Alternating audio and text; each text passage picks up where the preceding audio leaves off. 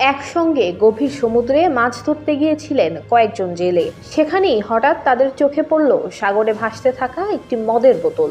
কৌতূহলবশত সেই বোতল তুলে এনে বোতলে থাকা তরল পান করলেই সেখানেই মৃত্যু হয় 4 জেলের। গুরুতর অসুস্থ হয়েছেন আরো 2 জন। তবে কি ছিল সেই বোতলে তা এখনো পর্যন্ত জানা যায়নি। মর্মান্তিক এই ঘটনাটি ঘটেছে শ্রীলঙ্কায়।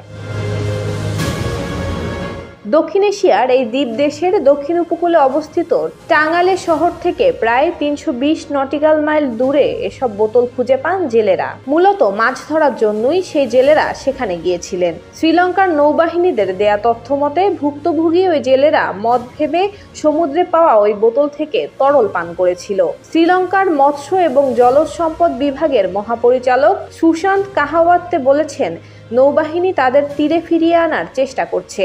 তিনি আরো বলেন, নৌবাহিনী মাছ ধরার জাহাজে থাকা ব্যক্তিদের চিকিৎসা সহায়তা প্রদান করছে, কারণ তাদের চিকিৎসার জন্য ভূখণ্ডে ফেরত নিয়ে যাওয়া পর্যন্ত সময় ছিল না।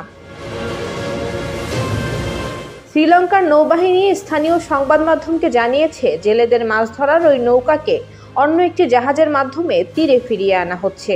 সেই সাথে খতিয়ে দেখা হচ্ছে সমুদ্রে পাওয়া ওই বোতলের মধ্যে আসলে কি ছিল।